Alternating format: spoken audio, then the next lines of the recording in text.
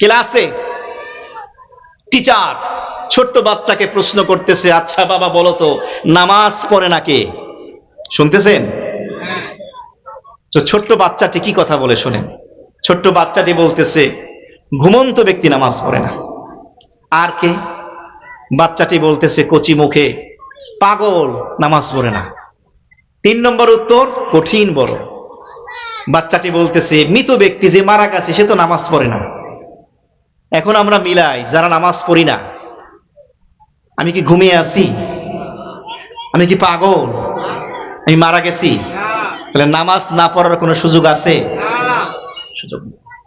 আজকে আমাদের কি কিয়ামত পর্যন্ত যত মানুষ এই দুনিয়ার জমিনে আসবে, এই ধরা পৃষ্ঠে প্রেরিত হবে, তোমরা জেনে রাখো সফলতার মাপকাঠি আল্লাহ রাব্বুল আলামিন নির্ণয় করে দিয়েছেন। কদ আফলাহাল মুমিনুন, আল্লাহ তাআলা বলেন নিশ্চয়ই সফল হয়েছে তারা, ঈমান এনেছে যারা। সফলতার মাপকাঠি কি? আমরা এখানে যারা উপস্থিত আছি, আমাদের সম্পত্তি ধন সম্পদ না থাকতে পারে, ক্ষমতা না থাকতে পারে, পাওয়ার ক্ষমতা না থাকতে পারে, জনপ্রিয়তা না থাকতে পারে, ঈমান আছে কিনা? বলেন আলহামদুলিল্লাহ।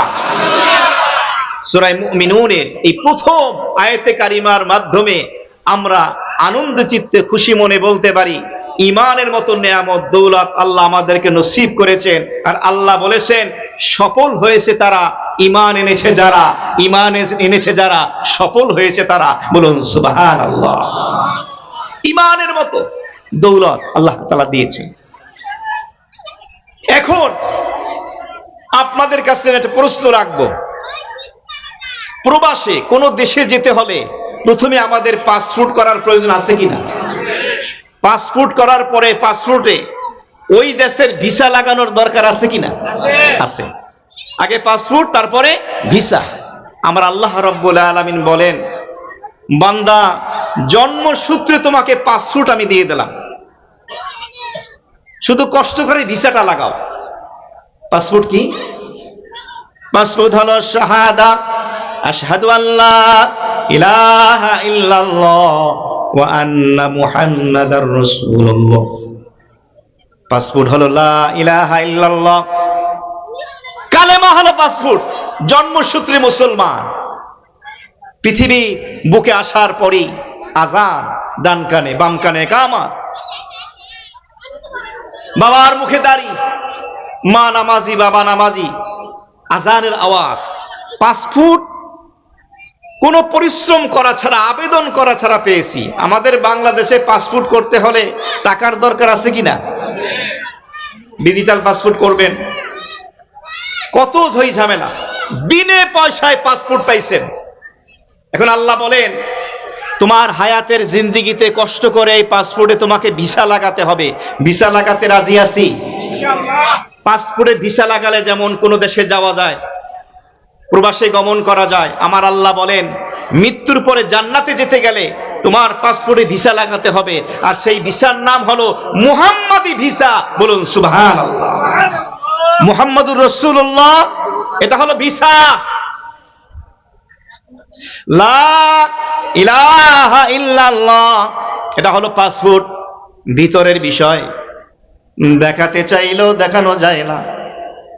মুহাম্মাদুর রাসূলুল্লাহ, এটা হলো বাহিরের বিষয়, লুকাইতে চাইলেও লুকানো যায় না। লা ইলাহা ইল্লাল্লাহ হলো গাছ, মুহাম্মাদুর রাসূলুল্লাহ হলো গাছের ডালাপালা। লা ইলাহা ইল্লাল্লাহ হলো গাছের ডালাপালা শাখা, মুহাম্মাদুর রাসূলুল্লাহ হলো ওই গাছের ফুল এবং ফল। তো লা ইলাহা ইল্লাল্লাহ জন্মসূত্রে, এখন আপনাকে আমাকে লাগাতে হবে মুহাম্মাদুর রাসূলুল্লাহ। পৃথিবীতে দেখেন কোন একটা পণ্য যখন সেটি ব্র্যান্ডে রূপান্তরিত হয়, ওই পণ্যের দাম বেড়ে যায়। একটা মোবাইল ফোনের দাম 1000 টাকা 1500 টাকা আছে, আবার একটা মোবাইল ফোনের দাম 1.5 লক্ষ টাকা 2 লক্ষ টাকা আছে কি নাই? 10,000 টাকা দামের মোবাইলও ফোন করা যায়, শোনা যায়, মেসেজ সবকিছুই করা যায়। 1.5 লক্ষ 2 লক্ষ টাকার মোবাইলে তাই করা যায়, যদি একটু মানের দিক থেকে কম বেশি। কিন্তু এই যে আইফোন 1 নম্বরে এত দাম হওয়ার মূল কারণ কি বলেন? কি ব্র্যান্ড? মূল কারণ কি? ব্র্যান্ড। একটা 200 টাকার ঘড়ি তো টাইম দেখা যায়, রোলেক্স ঘড়ি 5 লাখ টাকা দামের, সেখানেও টাইম দেখা যায়। ব্র্যান্ডের কারণে দাম বেড়ে যায়। পোশাক ঈদের সময় আড়ঙে যায় কেন? ব্র্যান্ড।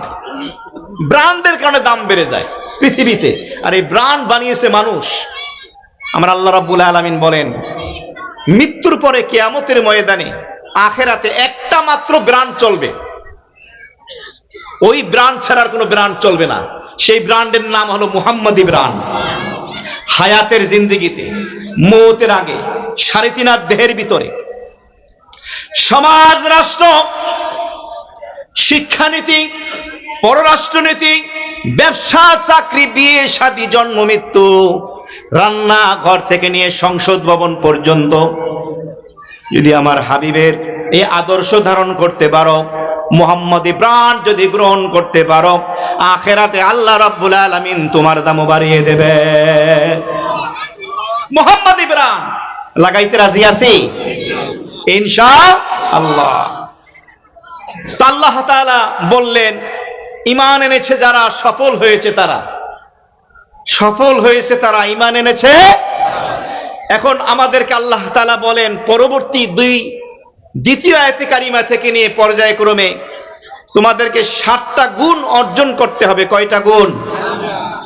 7টা গুণ যদি অর্জন করতে পারো, আমার আল্লাহ তাআলা বলেন, উলাইকা হুমুল ওয়ারিসুন আল্লাযীনা ইয়ারিসুনাল ফিরদাউস হুম ফিহা খালিদুন।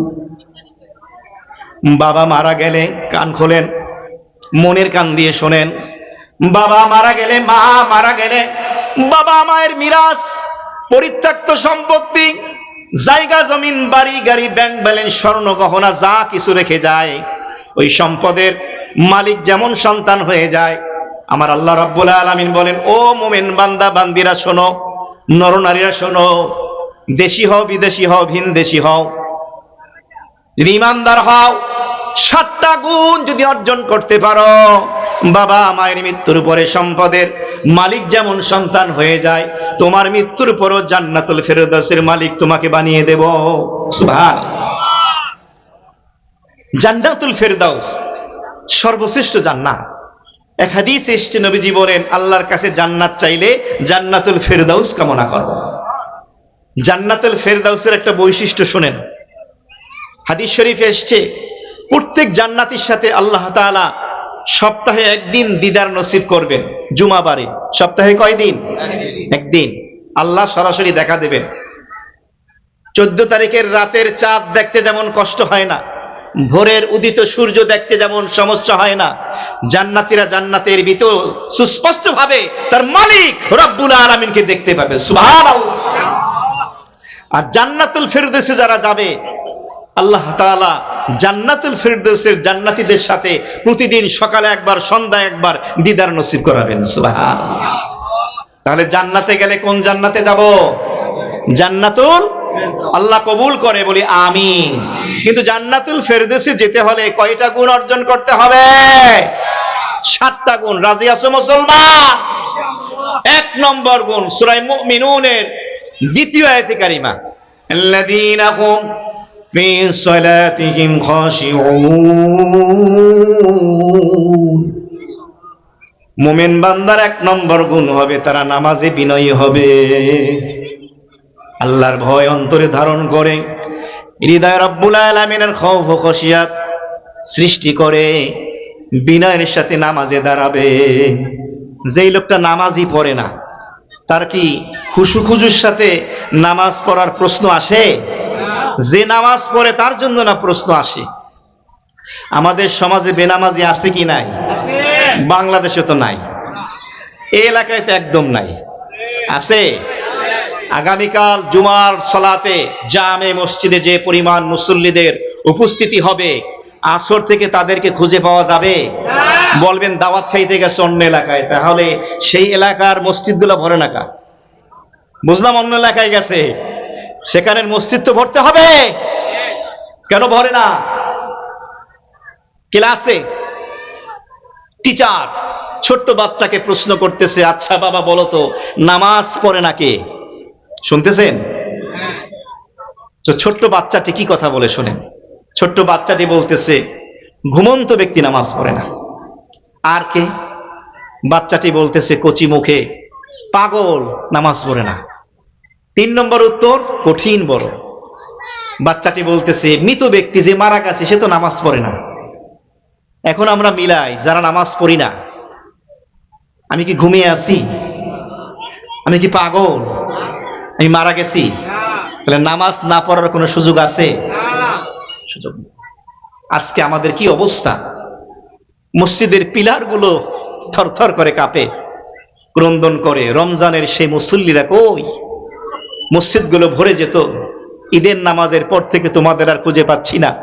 উজুখানাগুলো থরথর করে কাঁপতে থাকে, আমরা হয়তো দেখি না। কোথায়? পৃথিবীতে মেহমান 3 প্রকারের হয়। এক প্রকারের মেহমান হলো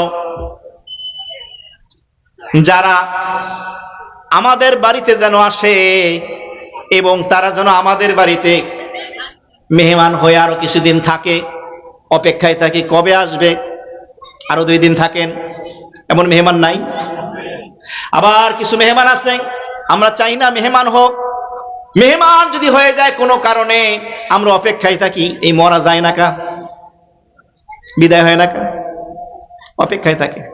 আর এক শ্রেণীর মেহমান আছে, আমরা চাই না ও আমার ঘরের মেহমান হোক, তাকে আমরা মেহমানদারি করতে পছন্দ করি না, তার আতিথেয়তা আমাদের কাম্য নয়। এরকম মেহমান আছে কি নাই? এবার মিলান। আল্লাহর ঘরের মেহমান হলো 3 শ্রেণীর। এক শ্রেণীর মেহমান আছে, আল্লাহ তাআলা চান আমার ঘরে আয়, ও মসজিদে ঢোকে আগে, বের হয় দেরিতে। প্রত্যেকটা মহল্লার মসজিদে কিছু মুসল্লি পাবেন, গেলেই তাকে সেখানে মসজিদে খুঁজে পাবেন। ফজরের নামাজ আদায় করার পরে, তাসবিহ তাহলিল জিকির আজগার দোয়া মোনাজাত করার পরে মসজিদ থেকে কদম দিয়ে বের হয়। কেমন জানি মসজিদের দিকে, বাইতুল্লাহর দিকে চেহারাখানা ফিরিয়ে মনে মনে বলে, আল্লাহর ঘরে বাইতুল্লাহ, আবার জোহরে আসতেছি। জোহরের নামাজের পরে বলে আসরে আসতেছি। আসরের নামাজের পরে বাড়িতে যেতে হলে আবার বলে মাগরিবে আসতেছি। মাগরিবের সালাত আদায় করার পরে প্রয়োজনে বাড়িতে যেতে হলে আবার বলে আমি এশা আসতেছি। এশা পরে যখন বিদায় নেয় তখন আবার বলে আবার ফজরে আসতেছি। এরকম নামাজি আছে কি নাই? প্রথম শ্রেণীর মেহমান, আল্লাহর ঘরের ফার্স্ট ক্লাস মেহমান, ভিভিআইপি মেহমান। আর এক শ্রেণীর মেহমান আছে, ওরা মসজিদে আসে দেরিতে, বের হয় আগে। মুয়াজ্জিনের ইকামত যখন দেয় তখন ঢোকে, ইমামের সালাম ফিরায় ডান দিকে, তার আগে বাইর হয়ে যায়। এরকম কপাল পোড়া আছে কি নাই? আমার কথাগুলো হৃদয়ের কান দিয়ে শোনেন, আগামীকাল ইনশাআল্লাহ মসজিদ ভরে যাবে যদি কপালে হেদায়েত থাকে। কবি বলেন, আল মুমিন ফিল মসজিদে কাসসামাকি ফিল মা ওয়াল মুনাফিক ফিল মসজিদে কাত্তাইরি ফিল কফাস। মুমিন বান্দার দৃষ্টান্ত হলো, উপমা হলো, মুমিন বান্দা মসজিদে প্রবেশ করার পরে তার দৃষ্টান্ত হলো কাসসামাকি ফিল মা, পানির ভিতরে মাছ যেমন শান্তি পায়, পানির ভিতরে মাছ যেমন আনন্দ পায়, পানি থেকে উঠানোর পরে মাছ যেমন অস্থির হয়ে যায়, পাগল পারা হয়ে যায়, ছটফট করতে থাকে, মারা যায়। মোমেন বান্দা মসজিদে যতক্ষণ অবস্থান করে শান্তি অনুভব করে, পানির ভিতরে মাছের মতো। আর মুনাফিকের দৃষ্টান্ত হলো কাত্তাইরি ফিল কফাসি, খাঁচার ভিতরে, পিঞ্জিরার ভিতরে পাখি আবদ্ধ করে রেখে দিলে পাখি যেমন ছটফট করতে থাকে, খাঁচার দরজা খুলে দিলে ছট করে বের হয়ে উড়াল দিয়ে যায়। মুনাফিক আল্লাহর ঘর মসজিদে প্রবেশ করে দেরিতে, বের হয় আগে, ও ছটফট করতে থাকে কখন বের হয়ে যাবে। এর দ্বিতীয় শ্রেণীর নামাজি। আর এক শ্রেণীর মেহমান হলো, আমার আল্লাহ চাই না ও আমার ঘর মসজিদে আসুক, এই কারণে মসজিদে জামাত হচ্ছে, জামাত চলে যাচ্ছে, তাকবীরে উলা ছুটে যাচ্ছে, দোকানদারি করতেছে, অফিসে বসে আছে, ঘরে আড্ডা দিচ্ছে, মাঠে খেলাধুলা করছে, বন্ধু বান্ধবের আড্ডায়, এরকম আছে কি নাই? আজকে মিলিয়ে নেন, আপনি আল্লাহর ঘরের বাইতুল্লাহর কোন শ্রেণীর মেহমান হবেন? প্রথম শ্রেণীর, দ্বিতীয় শ্রেণীর, না তৃতীয় শ্রেণীর? তাহলে জান্নাতুল ফেরদৌসের মালিক হওয়ার জন্য 7টি গুণ যে অর্জন করতে হবে, 7টি বৈশিষ্ট্যমণ্ডিত হতে হবে। তার ভিতরে প্রথম গুণ হলো আল্লাযীনা হুম ফি সালাতিহিম খাশিউন, যারা বিনয়ের সাথে সালাত আদায় করে। বর্তমান বিশ্বের জীবিত ওলামায়ে কেরামের ভিতরে 10 জন টপ 10 বড় আলেমে দ্বীন, পাকিস্তানের করাচির চিফ জাস্টিস আল্লামা তকি উসমানী হাফিজাহুল্লাহ তাআলা, আল্লাহ তাআলা যার দ্বারা ব্যাপক খেদমত নিয়েছেন লেখনির মাধ্যমেও, তার প্রসিদ্ধ একটি কিতাব নাম ইসলাহি কুতুবা, 8ম খণ্ডে 14তম খণ্ডের 179 নম্বর পৃষ্ঠায় খুশু এবং খুজুর ব্যাখ্যা দিয়েছেন। নামাজে খুশু কাকে বলে, খুজু কাকে বলে? আজকে আমরা নামাজ পড়ি, মুরগির খাবার যেমন ঠোকা মারে, ঠিক এমনি ভাবে ঠোকর মেরে নামাজ পড়ি। এরকম নামাজি আছে কি নাই? এই নামাজ দুনিয়ার সমস্যাই সমাধান হবে না, জাহান্নামের আযাব থেকে কিভাবে নাজাত দিবে? খুশু এবং খুজুর ব্যাখ্যা তকি উসমানী দামাত বারাকাতুহুল্লাহ আলিয়া দিয়েছেন। খুশু আর একটা হলো খুদু। খুশু বলা হয় নামাজি ব্যক্তির ভিতরটা আল্লাহমুখী হবে, অন্তরটা হবে আল্লাহমুখী। নামাজে দাঁড়িয়েছে, মন ক্ষেত খামারে পড়ে থাকবে না, অফিসে পড়ে থাকবে না, দোকানে পড়ে থাকবে না, বিজনেসে পড়ে থাকবে না, চাকরিতে পড়ে থাকবে না, বউর কাছে পড়ে থাকবে না, মন থাকবে মাওলার কাছে পড়ে। ভিতর আল্লাহমুখী হওয়া, মাওলামুখী হওয়া। কিতাব এসছে একবার এক গভীর জঙ্গলের ভিতর, আমার কথা আপনারা বুঝেন? বুঝে আসতেছে? আমি কঠিন কথা বলবো না যাতে আপনাদের বুঝতে কষ্ট হয়, সহজ সরল সাবলীল ভাষাই বলছি। গভীর জঙ্গলে এক আবেদ ইবাদত গুজার বান্দা নামাজে দাঁড়িয়ে গভীর মনে নামাজ পড়তেছে।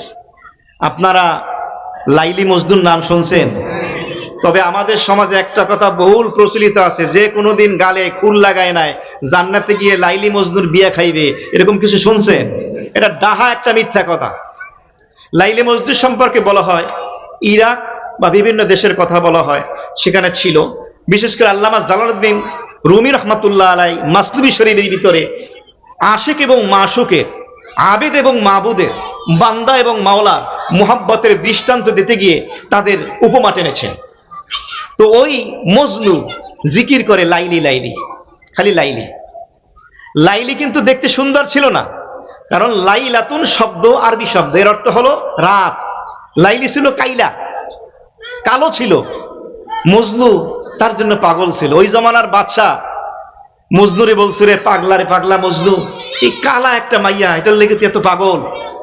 তখন মজনু বলছিল, বাদশা আমার চোখ দুইটা খুইলা যদি তোমারে লাগাই দিতে পারতাম, তুমি বুঝতা আমার লাইলি কত সুন্দর। যার প্রেমিক, যার প্রেমিকা, তার কাছে সুন্দর। তো ওই আবেদ ইবাদত গুজার বান্দা নামাজে দাঁড়িয়ে ওই মজনু লাইলি লাইলি জিকির করতে করতে দৌড়াচ্ছে জঙ্গলে। নামাজির সামনে দিয়ে যখন যাচ্ছে, থাপ করে ওই আবেদ নামাজি ব্যক্তি মজনুর কলার ধরে ফেললো। হ্যাঁ রে পাগলা মজনু, নামাজি বেনামাজি বুঝো না? দেখো না নামাজ পড়তেছি, আমার নামাজের সামনে দিয়ে দৌড়ো, ধ্যান মগ্ন আছি আমি, নষ্ট করছো। তখন মজনু যে কথাটা বলেছেন, সেই কথাটাকে কবির ভাষায় বলা হয়েছে লা সলাতা ইল্লা বিহুজুরিল কলব। ওই নামাজ নামাজ না, যেই নামাজের ভিতরে তোমার কলব, তোমার হৃদয়াত্মা, তোমার অন্তর মাওলার সাথে জোরে না। হুজুরে কল যেই নামাজের ভিতরে পাওয়া যায় না, ওইটা কোনো নামাজই না। কিসের নামাজ পড়ো? আরে বেটা, আমি আমার লাইলির প্রেমে এত পাগল, কে নামাজে কে নামাজে আমার খবর নাই। তুমি মাওলার সামনে দাঁড়ায় নামাজ পড়তেছো, তোমার সামনে দিয়ে আমি মজনু যাচ্ছি, তোমার খবর আছে? তোমার দিল কোথা? কথা বুঝতেছেন? খুশু শব্দের অর্থ হলো ভিতরটা মাওলামুখী হওয়া। এই জন্য বলা হয় বান্দার, নামাজি ব্যক্তির জাহেরের কেবলা আমাদের বাহ্যিক অঙ্গ প্রত্যঙ্গের কেবলা হলো কাবা, কাবা শরীফ, আর আমাদের মনের কেবলা হলো আল্লাহ। মনের কেবলা কে? আমরা কি আসলে বাইতুল্লাহ কাবা শরীফকে সিজদা করি? সিজদা করি কাকে? আল্লাহ বলেছেন কাবামুখী হয়ে আমাকে সিজদা করো। কাবাকে সামনে রেখে আমরা আল্লাহকে সিজদা করি। আমাদের মাকসাদ হলেন আল্লাহ। মনের কেবলা আল্লাহ, জাহেরের কেবলা হলো বাইতুল্লাহ। তাহলে খুশু শব্দের অর্থ হলো ভিতরের মনোযোগ মাওলামুখী হওয়া। আর একটা হলো খুদু। তকিসমানি হাফিজাহুল্লাহ তাআলা এর ব্যাখ্যায় লিখেছেন, এর অর্থ হলো নামাজি ব্যক্তির বাহ্যিক অঙ্গ প্রত্যঙ্গ নবীর সুন্নাহ মোতাবেক হওয়া। নামাজের ভিতরে কয়েকটা অবস্থা আছে। একটা হলো কিয়াম, দাঁড়ানো, একটা হলো রুকু, একটা হলো সুজুদ, একটা হলো কুউদ, সিজদা, বৈঠক। আল্লাহর হাবিব কিভাবে করেছেন? হাদিস শরীফের মধ্যে এসেছে, আল্লাহর নবী মসজিদে নববীতে বসা সাহাবায়ে কেরামের মাঝে এক ব্যক্তি মসজিদে প্রবেশ করলো, সালাত আদায় করে নবীজির সামনে এসে খেদমতে হাজির হয়ে সালাম দিল। নবীজি সালামের উত্তর দিয়ে বলেন, ইরজি ফাসল্লি ফাইন্নাকা লাম তুসল্লি, আবার যাও, নামাজ পড়ো, নামাজ হয় নাই। চলে গেল লোকটা, নামাজ পড়ে আবার আসলো। আবার নবীজি একই কথা বললেন, ইরজি ফাসল্লি ফাইন্নাকা লাম তুসল্লি, যাও নামাজ পড়ো, নামাজ হয়নি। আবার নামাজ পড়ে আসলো। চতুর্থবার যখন আবার আসলো, নবীজি একই কথা বললেন। সাহাবী বললেন, ইয়া রাসূলুল্লাহ, আমি তো এর থেকে সুন্দর করে পড়তে পারি না, আমি কিভাবে পড়বো, আমাকে শিখিয়ে দেন। আল্লাহর নবী তখন বললেন, তুমি নামাজের ভিতরে নামাজের রুকুনগুলো ধীর স্থিরভাবে আদায় করবা, যাকে বলা হয় তাদিলে আরকান। রুকু, সিজদা, বৈঠক এগুলো ধীর স্থিরভাবে ইতমিনানের সাথে। এই জন্য অনেক ইমামের নিকটে তাদিলে আরকান ফরজ, আমাদের হানাফি মাযহাবে ওয়াজিব। যেমন রুকু থেকে উঠে স্থির হয়ে দাঁড়ানো, এটাকে বলা হয় কওমা, এটা ওয়াজিব। অনেকে আছে রুকু থেকে উঠে টপ করে সিজদায় চলে যায়। এক সিজদা থেকে উঠে স্থির হয়ে বসা, একটা তাসবিহ যেন পড়া যায়, এরপরে দ্বিতীয় সিজদায় যাওয়া, এই দুই সিজদার মাঝখানে ইতমিনানের সাথে বসা, এটার নাম হলো জালসা, এটা ওয়াজিব। কি করে? প্রথম সিজদা দিয়ে টপ করে দ্বিতীয় সিজদায় চলে যায়। আল্লাহর নবী রাহমাতুল লিল আলামিন একদিন সাহাবায়ে কেরামকে বললেন, আচ্ছা বলো, সব থেকে নিকৃষ্ট চোর কে? সাহাবায়ে কেরাম ব্যাখ্যা দিলেন। আল্লাহর নবী বললেন, তোমাদের কথা উত্তর ঠিক হয়নি, আমি যে প্রশ্ন করেছি প্রশ্নের উত্তর হয়নি।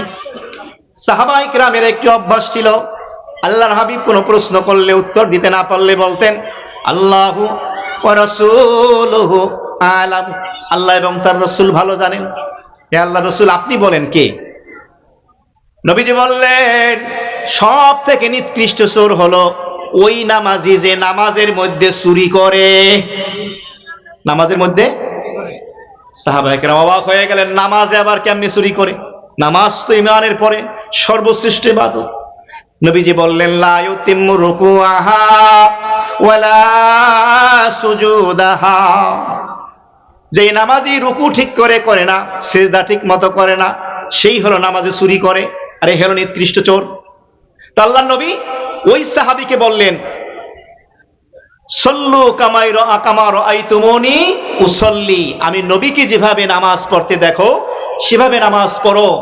সাহাবায়ে কেরামকে শিখিয়ে দিলেন, এভাবে ধীর স্থির ভাবে নামাজের রুকুনগুলো আদায় করো, ধীর স্থির ভাবে নামাজ পড়ো। তাহলে 7টা গুণের মধ্যে থেকে প্রথম গুণটা কি? নামাজে বিনয়ী হওয়া, ধীর স্থিরতার সাথে সালাত আদায় করা। করব তো বলেন ইনশাআল্লাহ। আমি এক একটা পয়েন্ট নিয়ে আলোচনা করলে ফজর হয়ে যাবে, এত ব্যাপক সময় করা ঠিকও হবে না, সংক্ষেপে একটু করে বলছি। এবার জান্নাতুল ফেরদৌসের মালিক হওয়ার জন্য 2 নম্বর গুণ, সূরা মুমিনের 3 নম্বর আয়াত, والذين هم عن اللغو معرضون।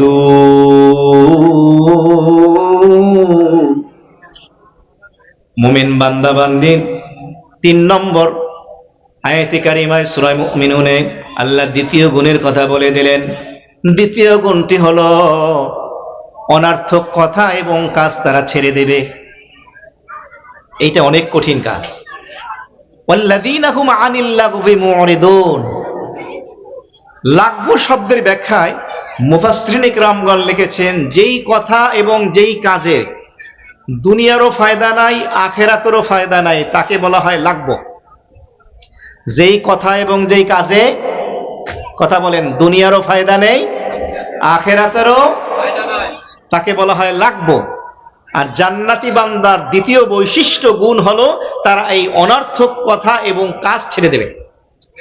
আজকে সকাল থেকে সন্ধ্যা পর্যন্ত ঘরে বাহিরে, অফিস আদালত, কর্মস্থলে আমরা অনর্থক কথা এবং অনর্থক কাজে ব্যস্ত হই কিনা বলেন? যেই কথা এবং যেই কাজের দুনিয়ারও 4 আনারও ফায়দা নাই, আখিরাতেরও ফায়দা নেই। চায়ের দোকানে রাজনীতির আলোচনা আছে কি নাই? তোমার কি লাভ হবে? তুমি তো 100 টাকা পেয়ে তোমার এই ভোট বিক্রি করে দেবা, তারপরে আবার 5 বছর আইবে, যেভাবে লুটটা বুইটা খাইছে আবার আর একদল খাইবে। আল্লাহ তাআলা এই যে গণ অভ্যুত্থান হলো, শহীদের রক্ত জমিনে ঝরলো, আল্লাহ এর সুফল, এই সোনালী দিন একজন ইনসাফ ন্যায়পরায়ণ, যার হাতে দেশের স্বাধীনতা সার্বভৌমত্ব অক্ষুণ্ণ থাকবে, জনগণের হক ঘরে ঘরে পৌঁছে যাবে, সকল ধর্মের বর্ণের মানুষ স্বাধীনভাবে নিঃশ্বাস নেবে, প্রত্যেক হকদারের হক সঠিকভাবে তার ঘরে পৌঁছিয়ে দেবে, এমন একজন ন্যায়পরায়ণ শাসক আল্লাহর জমিন আমাদের আগামীতে দেখার তৌফিক দান করে বলি আমিন। সে যে কোনো দলের হোক, তবে তাকে অবশ্যই ভারত বিরোধী হতে হবে। ভারতের পক্ষ যে নেবে তাকে আমরা কোনোদিন সিলেক্ট করতে পারি না, এটা মাথায় রাখবেন। ভারত বিরোধী হতে হবে। রিজিকের মালিক কে? আমেরিকা, ব্রিটেন, রাশিয়া বলেছিল ইরানকে বিশ্ব থেকে বিচ্ছিন্ন করে দেব, খাদ্যশস্য বন্ধ করে দেব, না খেয়ে মারা যাবে। তো খোমেনি যদিও শিয়া কি বলেছিল? কথাটা স্বর্ণাক্ষরে লেখা রাখার মতো, এই কাদেরকে ভয় দেখাস? মুসলিম জাতিকে আমরা বছরতে 1 মাস না খাইয়ে থাকি, বলেন সুবহানাল্লাহ। রমজান মাস, একটা মাস তো আমরা না খাইয়ে থাকি, কাদেরকে রিজিকের ভয় দেখাও? রিজিকের মালিক কে? জমিন কা? জমিন আইন চলবে কা? আল্লাহর চলবে। যে কথা বলতেছিলাম, অনর্থক কথা এবং কাজ পরিহার করতে হবে। সাল ইবনে সাদ রাদিয়াল্লাহু তাআলা হাদিস বর্ণনা করেন, সহিহ বুখারীর বর্ণনা। আল্লাহর হাবিব ইরশাদ ফরমান, মাইয়াজমাননি মা বাইনা লাহইয়াইহি ওয়া মা বাইনা রিজলাইহি। যেই ব্যক্তি, আল্লাহ পাকের যেই বান্দা, আমি নবীর যেই উম্মত, 2টা জিনিসের জিম্মাদারি দেবে। কয়টা? 2টা জিনিসের জিম্মাদারি যদি তুমি দিতে পারো, আল্লাহর হাবিব বলেন, আজমান লাহুল জান্নাহ, আমি আল্লাহর হাবিব ঘোষণা দিলাম, কাল কিয়ামতের ময়দানে তোমার জান্নাতের জিম্মাদার আমি হয়ে গেলাম। সুবহানাল্লাহ। সেই 2টা জিনিস কি? একটা হলো 2 চোয়ালের মাঝখানে জবানকে হেফাজত করতে হবে। এই মুখ দিয়ে অনর্থক কথা বলা যাবে না, লাগবো কোনো কথা বলা যাবে না। বুখারী শরীফের সর্বশেষ যে হাদিস, কালিমাতানে হাবিবাতানে ইলার রহমান, আমি একটা দিক নিয়ে যদি ওদিক ছুটতে থাকি তাহলে অনেক সময় লাগবে। এই হাদিসের ব্যাখ্যায় মুহাদ্দিসিন ইকরামগণ বলেন, বনি আদম বালেগ হওয়ার পর থেকে নিয়ে, বুঝ হওয়ার পর থেকে নিয়ে, যখন সে মুকাল্লাফ হয়, শরীয়তের হুকুম যখন তার উপরে বর্তায়, সে যতগুলো কথা বলবে, কাল কিয়ামতের ময়দানে মিজানের পাল্লায় ভালো কথাগুলো নেকির পাল্লায়, আর মন্দ কথাগুলো গুনাহের পাল্লায় উঠানো হবে। আপনি কি মনে করছেন সাংবাদিক সম্মেলন করবেন, কনফারেন্স করবেন, চাপার জোর আছে, ক্ষমতার জোর আছে, যাকে যা ইচ্ছা বলবেন, প্রত্যেকটা কথার হিসাব দিতে হবে। আপনি পাওয়ারফুল, ক্ষমতার মালিক, সম্পদের মালিক, আজকে বলে দিলেন একজনকে, বেইজ্জতি অসম্মানী করলেন, তার বিচার হবে। ভালো কথাগুলো নেকির পাল্লায়, মন্দ কথাগুলো, গুনাহের কথাগুলো বদির পাল্লায় যাবে, হিসাব হবে। যে কথা বলতেছিলাম, জবানকে হেফাজত, আর একটা হলো ওমা বাইনা রিজলাইহি, 2 রানের মাঝখানে যে লজ্জায় স্থান, এটার হেফাজত যদি আমরা করতে পারি, নারী এবং পুরুষ, বিয়ের আগেও বিয়ের পরেও, বিয়ের আগে ইশকে মাজাজি, অবৈধ প্রেম ভালোবাসায় জড়ানো যাবে না। ও যুবক যুবতীরা, কিশোর কচিরা, আমার বাবারা, মায়েরা, বোনেরা, ভাইয়েরা, কান খুলে শোনেন। যদি এই হাদিস শরীফ এসছে যৌবনে বিয়ের আগে অবৈধ প্রেমের অফার ছিল, চাইলে প্রেম ভালোবাসা করতে পারতেন, আল্লাহর জন্য হজম করছেন, বিরত থাকছেন, আমার আল্লাহ বলেন তোকে আমি শাহাদতের মর্যাদা দান করব। সুবহান। আর বিয়ের পরে পরক্রিয়ায় জড়ানো যাবে না। তো দুইটা জিনিসের হেফাজতের জিম্মাদারি যদি দিতে পারো, নবী বলেন আজমাল্লাহুল জান্নাহ, আমি নবী তোমার জান্নাতের জিম্মাদার হয়ে গেলাম। সুবহান। তাহলে জান্নাতি বান্দার দ্বিতীয় গুণটা হলো